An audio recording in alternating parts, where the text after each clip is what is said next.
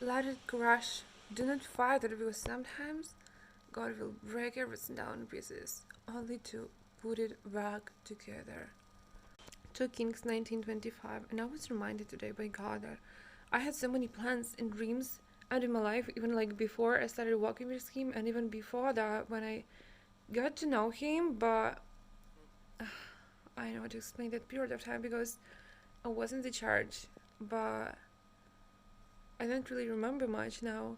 The thing is, so this verse in Kings, it is sad. Suddenly you must have heard long time ago. I worked it out in ancient time. I planned it. And now am I bringing it to pass. The plan is this: fortified cities will crash into the hips of the ruin. And honestly, isn't it weird how God sometimes uses events in your life that happened like such a long time ago that you don't really recall it? But yeah, you now see that God was working into your life even back then. So when you saw something is not going as it's supposed to be, or as you want it to be, God might have had like a high purpose for that. And what about the pruning? What about breaking you down? Because you know what?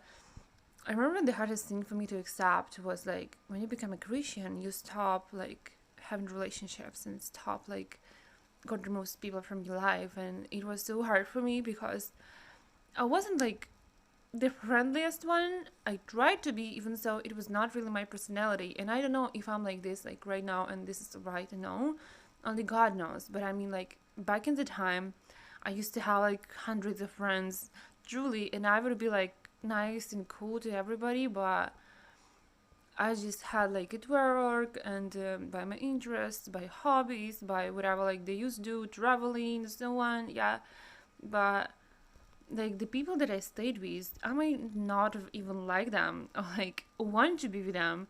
I did, but it was changing me. It was like pulling me to be better. Like those were believers, and I always wanted like I felt it inside of me, but I didn't know what it was up until only a few years ago. And even so, but I'm still working in that. And I see that whenever I think, okay, I'm ready, done now, give me the promise, and I'm like, uh, Isaiah 26:3. For you will keep in perfect peace those whose minds are steadfast, because they trust in you. Trust in the Lord forever.